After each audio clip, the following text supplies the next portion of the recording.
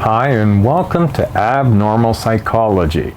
We're going to be looking at schizophrenia, spectrum, and other psychotic disorders.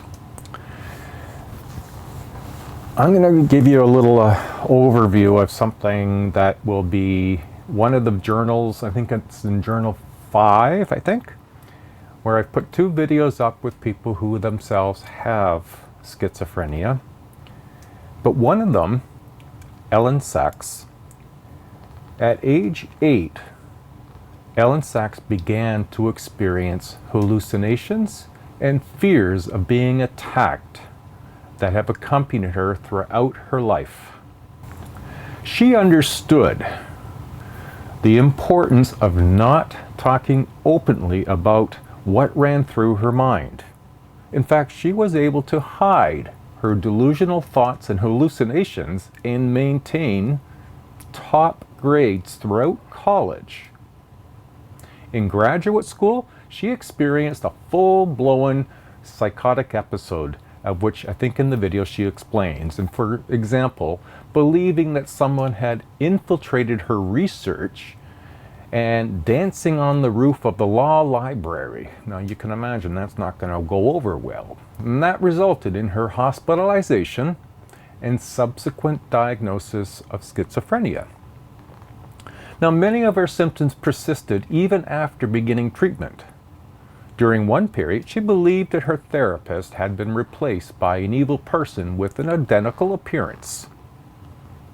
In her book, The Center Cannot Hold: My Journey Through Madness, and this was by Sachs in 2007, and it recounts her lifelong struggle with mental illness, describing schizophrenia as a slow fog that becomes thicker over time.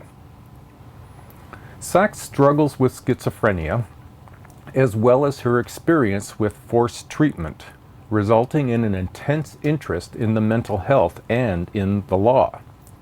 Her doctors had painted a black picture of her future.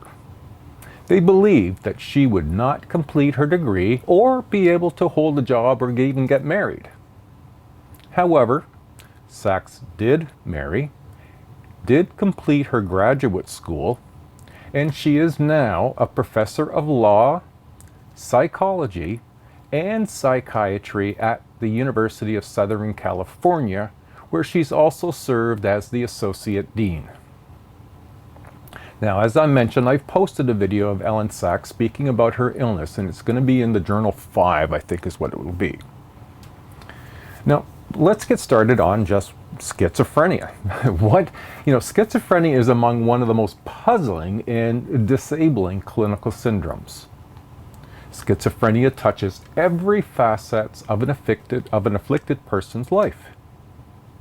There can be acute episodes of that are characterized by delusions, hallucinations, illogical thinking, incoherent speech, and bizarre behavior. Now, between episodes, people may still be unable to think clearly and may lack appropriate emotional responses to people and events in their lives.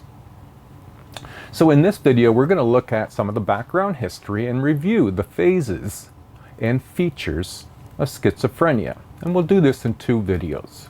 Let's begin. The clinical features of schizophrenia, historical contributions, concepts of schizophrenia. Now we can start with Emil Kraepelin. And he was the first to describe the syndrome we identify today as schizophrenia.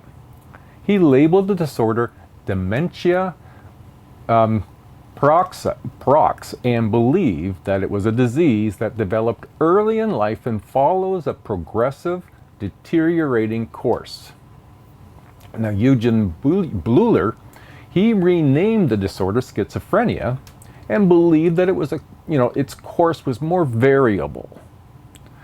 He also distinguished between primary symptoms, the 4 A's that he would say were primary symptoms, namely associations, they were more disturbed, affect, which was fairly to very inappropriate, ambivalence in terms of feelings, and autism, this sort of withdrawn into more of a private fantasy world. And then he also looked at secondary symptoms, which were basically hallucinations and delusions. Kurt Schneider distinguished between first-rank symptoms that define the disorder and second-rank symptoms that occur in schizophrenia, but as also in other disorders. Hallucinations and delusions are numbered among first-rank symptoms of schizophrenia. That is, the symptoms of schizophrenia that are central to the diagnosis. The so-called second-rank symptoms are found in other disorders as well. Schneider considered confusion and disturbances in mood to be second-rank symptoms. So Kreplin, Bleuler, and Schneider have each contributed to how we understand schizophrenia in terms of the view and how it's diagnosed using the DSM-5. So when we think in terms of the prevalence and the cost of schizophrenia, according to some of the best estimates, it's only about 1% of the adult Canadian population that can suffer from schizophrenia at some point in their life. So 1% of 37 million is about, 37,000? It's a lot of people. I'm not sure if I've done my math correctly there. So let's look at the phases of schizophrenia. Now, schizophrenia usually develops in late adolescence or early adulthood. Its onset is often abrupt, and it can be gradual. Now, usually the reason at early or later in teens and early adulthood is when the stressors of life start to pressure people more. Now, most of us handle them mostly well, but for some, and it's that diathesis stress model, some may have a predetermination, preset of this is going to happen when there's a trigger, and that might be the trigger. So the period of deterioration precedes an onset of acute symptoms, and this is called the prodromal phase. An acute or active episode involves the emergence of a clear psychotic features. Now, the residual phase is characterized by a level of functioning that was typical of the primordial phase. So if we think in terms of the major features, in terms of how we would determine that, major features of schizophrenia, among the more prominent features of schizophrenia are disorders in the content of thought, so delusions. And a form of thought, that's the thought disorder, that's your form of thought, how you organize your thoughts, if you will, and disorganized speech, as well as the presence of perceptual distortions, and that would be hallucinations, and emotional disturbances. That would include the flattening or inappropriate affect. Flattening of emotional disturbance means you don't react to anything high or low, it's sort of monotone. And the inappropriate affect is instead of sobbing at a funeral, maybe you start laughing.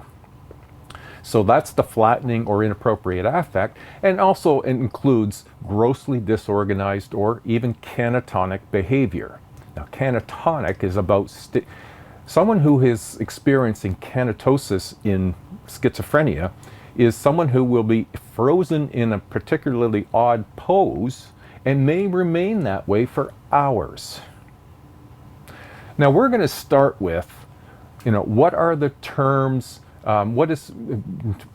we've heard that there are negative and positive symptoms. So we're going to start with the positive symptoms of schizophrenia, and starting with disturbances in the content of thought. The most common of these are delusions. Delusions are false beliefs that are enduring and they lack any evidence. Therefore, they are delusional. Delusions can take many forms. They can include a delusion of persecution. This is where you might think that, well, the police are out to get me, or there's a person or a group that's out to get me, that somehow I am being targeted. A second type would be delusions of being controlled. And here the belief is that their thoughts, their feelings, and impulses are being controlled by outside forces, perhaps special agents or maybe even the devil. Delusions of grandeur. Well, here the belief is the false impression of one's own importance. Perhaps they're believing that they might be Jesus or that they will save the world. There are other delusions: thought broadcasting, thought insertion, thought withdrawal. There's a lot, but they are all irrational and lacking evidence. Next, we can look at the disorganized speech. Now, while daydreaming or just letting your thoughts wander are normal, otherwise our thoughts are rational, logical, and they're tied together. They're connected. They make sense. The thoughts of people with schizophrenia tend to be much more disorganized, illogical, and more disturbed. This is known as thought disorder, or a breakdown in logical associations between thoughts. Connected to this is what's known as poverty of speech. It's also pretty common. And this is when speech that is coherent, you can hear it, but it's limited and vague.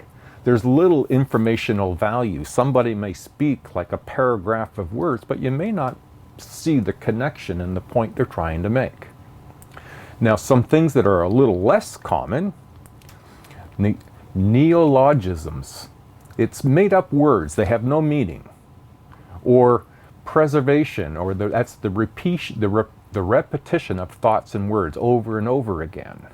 Or what's known as clanging, putting words together because they rhyme or they sound alike, but they don't have any meaning. And blocking. Blocking is the involuntary, abrupt interruption of speech and thought. You can imagine that that would make life very difficult, all of those elements. Now, if we move into what are hallucinations, hallucinations are images perceived without external stimuli. Hallucinations can involve any of our senses: our visual, auditory, somatic, remember that's our body, feeling, gustatory, gustatory is our taste, olfactory is smell, auditory and visual are the most common form of hallucinations. Auditory hallucinations occur about 60 to 80% of the cases and can be voices inside one's head or external from the person. It's experienced as self or as another person in your head, a third person, if you will. They can come in the form of a command, instructions to do things, and harm other people. Well, that makes it more challenging, and that's where it can be appearing more dangerous than, in fact, many people with schizophrenia are. So what are the causes of hallucinations? Well, the causes of hallucinations are not known, but there are speculations. Brain chemistry disturbances, subvocalizations, the meaning your own, or unrecognized self-talk. Not recognizing that the talk that we do to ourselves in our head that's not out loud is in fact us and not a third person. The interconnectedness of our brain may in some way be responsible for this. Currently, there are undetermined causes for hallucinations.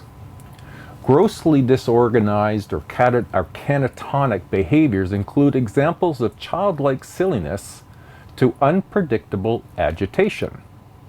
The feature called canatonia is described when a person is unaware of their environment and will remain fixed and in a rigid position, as if playing freezing tag and you've been touched, so you have to freeze in space. And they've been frozen in place, as it were. They can remain in that position, like I said, for minutes or for hours. So that's a basic overview of the positive symptoms. But what about the negative symptoms? What are they? Well, negative symptoms are characterized by the absence of normal behavior. Negative symptoms are more like deficits or behavioral deficiencies, such as, your social skills plummet. You socially withdraw from other people. The flattening affect, the term effect, that is, flat affect is essentially a lack of emotional expression. Your face and your voice don't seem to show excitement when you're excited. They're lacking that normal range of emotional response. The reality may not be no emotional complexity, rather, emotions are not communicating to the outside world, but are experienced still, only internally. Other types of impairments can include hypervigilance, the oversensitivity to stimuli, not being able to filter out or to focus. So that just gives us the first part. Now the second part we're going to look at will be the theoretical perspectives, okay? All right, everybody. We'll see you in part 2. Bye now.